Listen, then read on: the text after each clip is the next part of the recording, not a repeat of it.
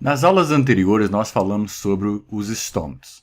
E nessas aulas de agora em diante nós vamos falar especificamente sobre a transpiração. Então, nessas aulas de agora em diante nosso foco vai ser o fenômeno da transpiração nas plantas. E quando a gente pensa no fluxo de água dentro de um sistema, nós podemos ver que existem, na verdade, mecanismos que vão auxiliar na entrada de água no sistema, ou input, e nós vamos ter mecanismos que vão fazer com que haja saída de água do sistema, ou output. E esse esquema aqui do lado direito mostra vários desses processos. Mas vamos focar primeiro na entrada. A primeira forma e a mais comum é quando existem as chuvas. É um mecanismo natural de entrada de água no sistema. Porém, existe um outro mecanismo quando as chuvas não são suficientes para suprir as necessidades da planta. Então nós entramos com a irrigação, que é a segunda forma de entrada de água no sistema. Seja qual for a forma de irrigação, seja por inundação, por gotejamento, por aspersão, seja de que forma for, é apenas uma maneira de se colocar água no sistema. E com relação às saídas de água do sistema? Uma das formas de saída é pela erosão provocada pela água. A quantidade de água é maior do que o solo é capaz de absorver por alguma razão, e ele acaba escorrendo superficialmente e tirando água e a camada superficial do solo. Uma segunda forma é a percolação, também conhecido como lixiviação. É a lavagem do solo. Está diretamente relacionado com a estrutura do solo, mas a água ela entra no perfil de cima para baixo e acaba sendo captado pelos lençóis freáticos mais profundos. Enquanto a erosão é um processo superficial e horizontal, a percolação ou lixiviação é um processo de saída de água no sentido vertical do perfil do solo. Uma outra forma é a evaporação da água. Nós temos a superfície do solo e ela tem água e essa água pode ser evaporada, retornando para a atmosfera. Então a água sai da sua forma líquida para a sua forma de vapor e retorna para a atmosfera. E uma outra forma também de saída de água é pela transpiração, que é justamente o foco da nossa aula, que a gente vai compreender exatamente o que é a transpiração e qual que é a sua importância que ele tem para as plantas. E quando a gente pensa no fluxo de água no sistema solo, planta, atmosfera, lembrem-se sempre, essa é a pedra angular das relações hídricas nos sistemas, que a água vai sempre do maior potencial hídrico em direção ao menor potencial hídrico de forma absolutamente espontânea. Então, para que a água possa ser perdida para a atmosfera, primeiro ela tem que entrar nas raízes. Então,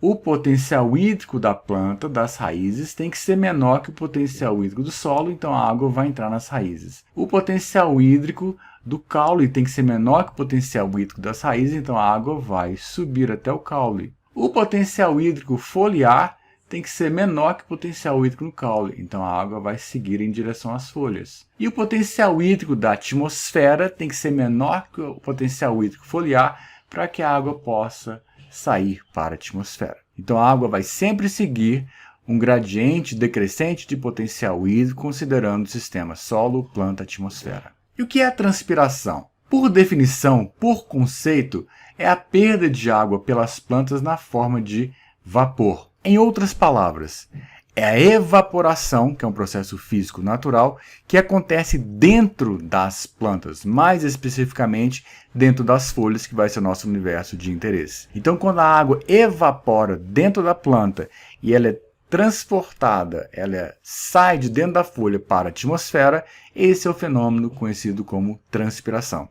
Tanto é que quem trabalha com condições climáticas não fala apenas de transpiração ou de evaporação, fala do processo que engloba todas as formas de transferência de água da forma líquida para a forma de vapor, que é conhecido como evapotranspiração. Mas nas plantas o processo é a transpiração. Se você fizer uma irrigação de uma planta e ficar com a superfície da folha úmida, molhada, você vê a água na superfície foliar, essa água está na superfície foliar, ela vai evaporar para a atmosfera. Porém, a água que está dentro da folha, ela vai evaporar dentro da folha, vai se converter na forma de vapor dentro da folha e agora vai sair para a atmosfera já na forma de vapor. E é isso conhecido como transpiração. Então, apenas relembrando, como nós dissemos no início da disciplina, aproximadamente 95% de toda a água que é absorvida pelas plantas, ela é perdida para a atmosfera na forma de transpiração. E como nós dissemos, a água no processo transpiratório, ela evapora dentro da folha e já na forma de vapor ele sai da folha para a atmosfera.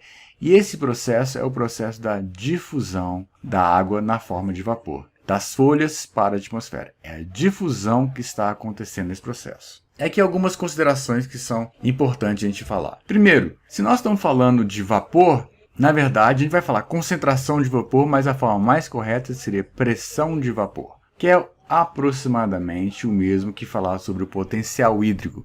Mas esses pequenos ajustes que nós não vamos nos preocupar com muito detalhe sobre isso. Mas a pressão de vapor para nós vai significar o potencial hídrico da água na forma de vapor. A força motriz desse processo é o gradiente decrescente de concentração de vapor. Por quê? Porque nós estamos falando de difusão. E difusão é um efeito de concentração.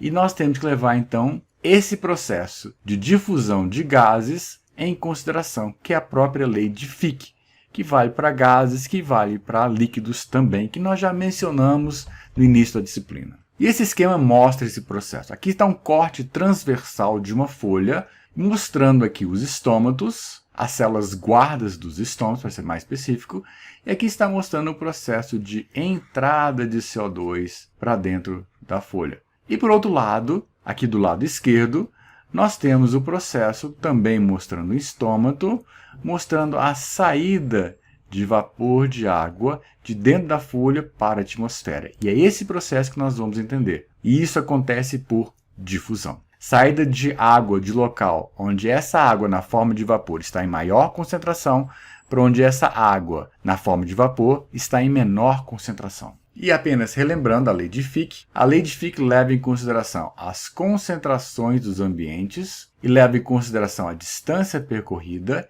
e leva em consideração o coeficiente de difusão da espécie. Nesse esquema aqui embaixo, nós poderíamos dizer que essas bolinhas brancas seriam o CO2 e essas bolinhas vermelhas seriam a água na forma de vapor. Então, nesse ambiente 1 aqui seria a atmosfera, nesse ambiente 2 seria a folha. Então, nós vamos ter o CO2 entrando pelos estômatos, da mesma forma que nós vamos ter o vapor de água saindo de dentro da folha para a atmosfera através dos estômatos. Portanto, o fluxo é um efeito de concentração.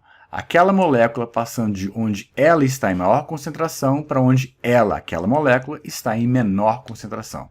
É assim que acontece o processo de difusão de vapor de água durante o processo transpiratório. Embora a gente não vá entrar em muito detalhe sobre como chegar a esses valores, a difusão dos gases, elas têm velocidades distintas. Isso está relacionado com o tamanho da molécula, está relacionado com a sua massa molecular, então tem vários fatores que vão estar influenciando.